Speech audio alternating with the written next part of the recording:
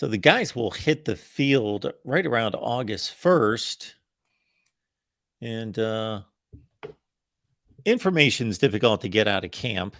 You got to listen to interviews, coaches, coordinators, Sure.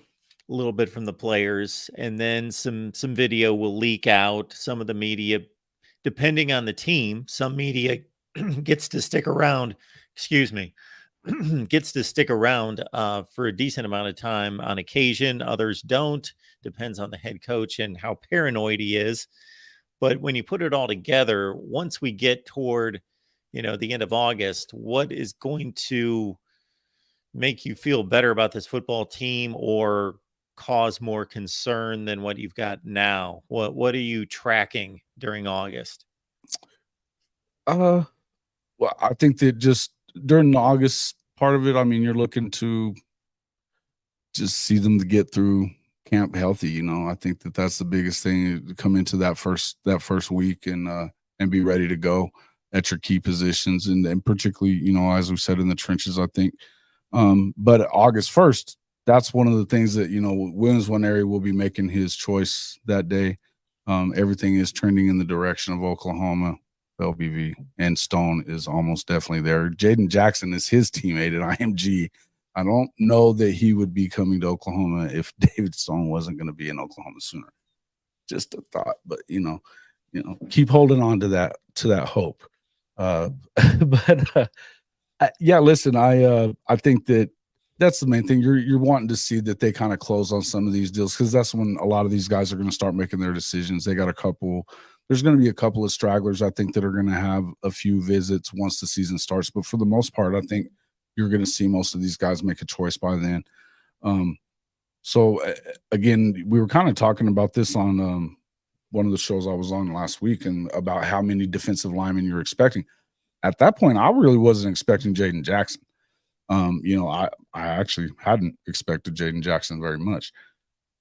If it still stays the same as what we've been talking about, and where we know that they're targeting the hardest, as far as Todd Bates and all these other guys, you start looking at, you might get 6 or 7 guys that play somewhere on the defensive line out of this class, and that is insane.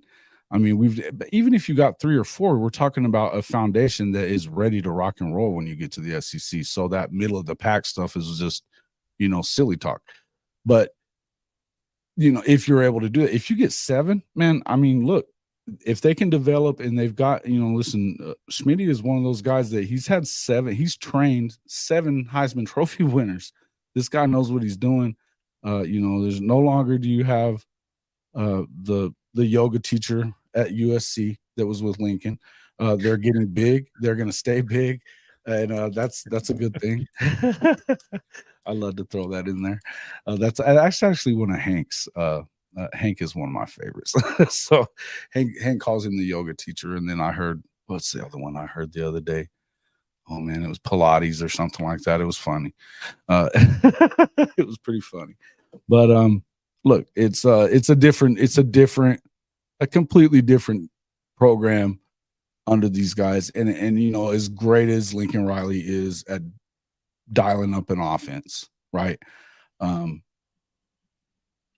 Servicing that whole team, getting them big, it's not really his way.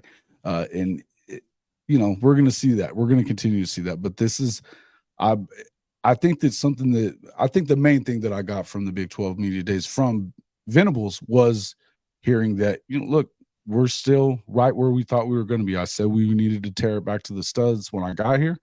We've done that. They've now replaced 86% of the players. I mean, I think he said out of 123 total kids in the program, 90-something of them are new. So, it's been a complete turnaround. The guys that stayed around, I mean, they're just good players, and they were able to kind of figure it all out. And so that's the whole deal. USC will be tough. Yeah. Okay.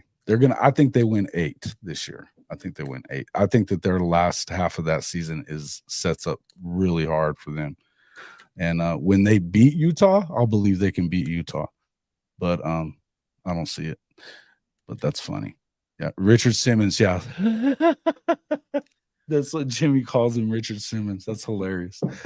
That's Coach Wiley is his name. But yeah, that's hilarious. Yeah, this is what you generally create and set up for the coaches' wives.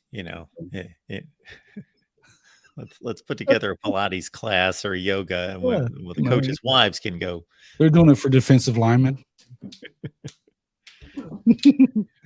Oh, I love it. I love it. I love it. I don't know how that Lincoln Riley USC deal is going to land. I really don't. I don't have full confidence that he's got it in him to lead a national championship program, but he obviously knows what he's doing. He's like you just said, he can dial up an offense with the best of them. He can, and I mean, there's no denying that. There's no arguing it either. And I feel like, to me, I feel like if there's anybody aside from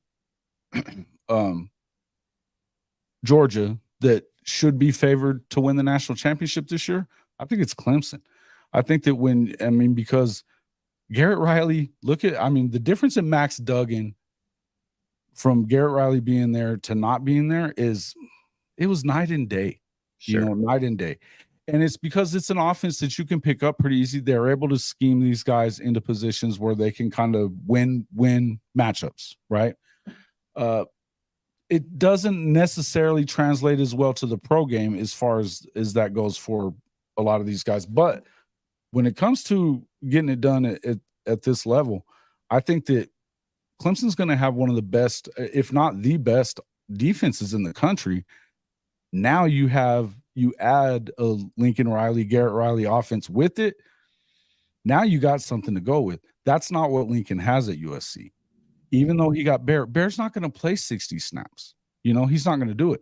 One of the guys that I got to meet with the coaches, one of his former players from Dallas Skyline, Stephen Coleman, he kind of played in that rotation with Tommy Harris and then later Gerald McCoy. And I mean, we're talking about a big dude, defensive tackle guy. And he was talking about that. You really want him to play 30, 35 snaps if you can, and you rotate 4 guys. So, you're not going to get 70 snaps out of Bear either. He didn't do that at Georgia. So it's great that you got one, but what's he going to do when he gets under Wiley? Is he going to lose 30 pounds? You know what I mean? I don't know, because I can tell you one thing is I'm of the belief that you saw the best iteration of that USC program last year. They're as big as they were going to be. I think they're going to get smaller. You saw that with Oklahoma every year that Lincoln was in town. They got smaller everywhere. That's just the way it was. And because Schmitty left. And so it was a different deal with Wiley there. It really is that way. And if you go back and look at some of these rosters, you can tell. I was at the Rose Bowl the year that they lost to Georgia in double overtime. And then the next year, watching them play in the Orange Bowl against Alabama, it was night and day difference on the size then. Just from one year to the next. And it just continued to kind of get that way, to be that way. And, again, he's 0 for 4 or 0 for 3, and it really 0 for 4 because he was the OC in the playoff. Only one of the games was close. The rest of them, Venables really made him look bad in the first one that they went to with his offense. I mean, he did. So it was what it was. Probably down to 280, Sooner Cowboy says. Yeah, he might be. Well, again, we'll see. And they got the Heisman quarterback, so it's going to give them something. And they're always going to have receivers and running backs. And that's one thing that Lincoln does different than Leach ever did, is run the football very well out of the air raid. So. Yes. He had top-notch rushing attacks, of course, at Oklahoma.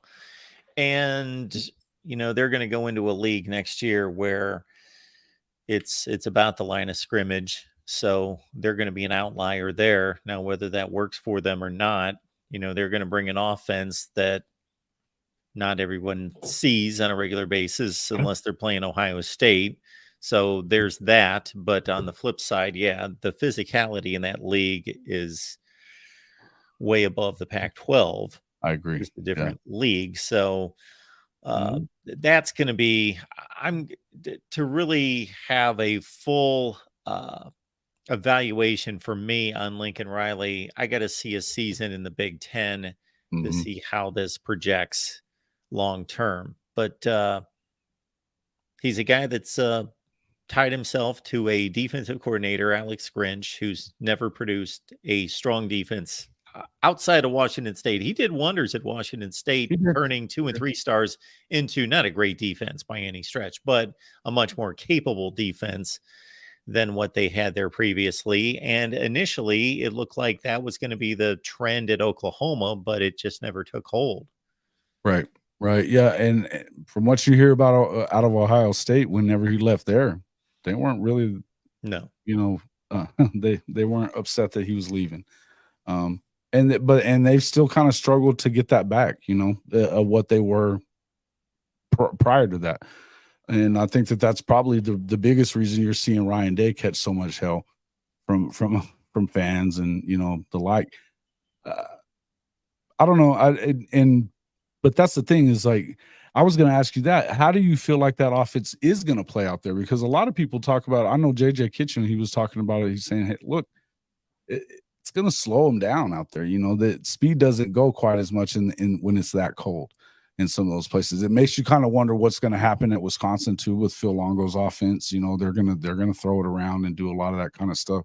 Is that speed going to be as decisive? But because it is that line up and run over you league. This is kind of how it is. So I think that Lincoln's offense, because of the fact that they've always been able to run the football, it could do a little better than what you've seen some of them.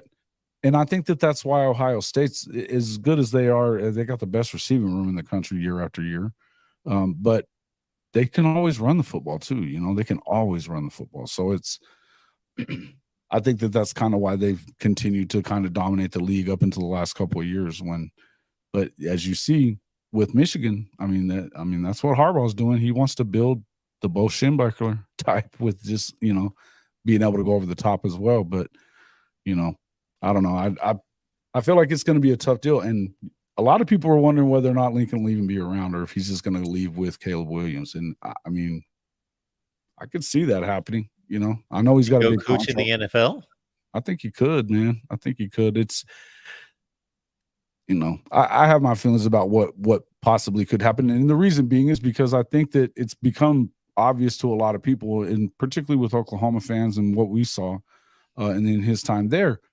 And I think it's even the most ardent USC fans have to see it, that as bad as they were defensively, and if it's, and you go out and get Cliff Kingsbury instead of getting you a new DC, you know what I mean? It's just weird, and you win the Heisman Trophy and can't beat Utah, lose to Tulane. I don't know. I could see that if he's getting exposed, but he would still be able to dial it up in the NFL, they're going to give it a shot. Look at Kingsbury got fired from Texas Tech and ends up with the freaking Cardinals job. Well, go figure that. Failing up. It was weird. Well, I think the thought process with Alex Grinch was bring him from Oklahoma, really can't evaluate him totally on one season because he's still getting his guys. They're still working the transfer portal. The defense didn't get any better. So right. that's a problem, but it was really bad in 21 and just was bad again in 22. So I would have thought that a good defensive coordinator, but I've made the same criticism of Brent Venables, could take a defense that ranks about 120 in the nation and make it a top 80 defense or so. Sure. And neither happened at either stop USC or Oklahoma. Right. Yeah, definitely. And the one thing I would say about that is with OU, with that 3-3-5, and this is where I have been disagreeing with Cody from Locked On Oklahoma State, is that he thinks that the 3-3-5 is going to be really helpful for them this year. It's their first year running it. They've got a lot of new guys. I do feel like when it comes to, you've seen it everywhere he's been. The second year, they make a marked jump. And that was one thing that you saw out of him at Big 12 Media Days, is he was very confident in what he thinks this defense is going to be. The question that I asked him whenever I got my opportunity was, hey, what is this defense going to be like? Because we see that the offense is going to be good. It was good last year. I asked him about the portal and what that meant to it, but what he thought about it. And you could see it in his eyes. He is pumped about what he's about to see out of this defense. And that for good reason. If you start looking at the differences in the places that they do, look, Danny Stutzman led the league in tackles. He just made some bad mistakes at times that kind of hurt him. Now he's been in the system for a year, that, you know, he's going to know where to be, what gap to be in. Obviously, they got to put it on the field, but, you know, I know one thing is that I hadn't seen a spring game in a long time where I felt like the defense won it at all, or it was even competitive really with an Oklahoma offense. And this, I mean, the offense had to scratch and claw to get anything going against that defense, when, you know, and almost every wave of it, even. It's getting better. Are they going to be top 10 like Pearson said? Probably not. Are they going to be top 50, top 40? That's what BV thinks. You know, I think if they can get there, they're dangerous. You know, I think they are. Jason, before we take off, of course, the big decisions coming down on Friday, Taylor Tatum, USC, Oklahoma, speaking of those two. Yeah. Do you have a good feel about this? You know, everything that you've heard from him pretty much has been pro OU. It seems pro OU. He talked about how his dad and DeMarco Murray are best friends. And then he's talked about how he talks to DeMarco every day. And it seems like last week I heard something. It seemed like USC was already making excuses for not getting him. So, you know, there was a lot of that talk going around. I didn't see the exact things that were said, but it was just a lot of that chatter about that they're already making these excuses and stuff. So look, the future casts that are out there, the crystal balls that are out there are for Oklahoma. It wouldn't really surprise me if he didn't, because of the fact that they are so deep and they've got some freshman kids coming in. They're young already in the room. I still believe that this is, with or without Taylor, without Tatum, they're going to still be a top 5 running back room. They are. With him, holy crap. You know, I don't know that there's enough footballs to go around, but I think that, you know, it looks right now like he's going to be in Oklahoma. We're just going to have to wait and see, I guess.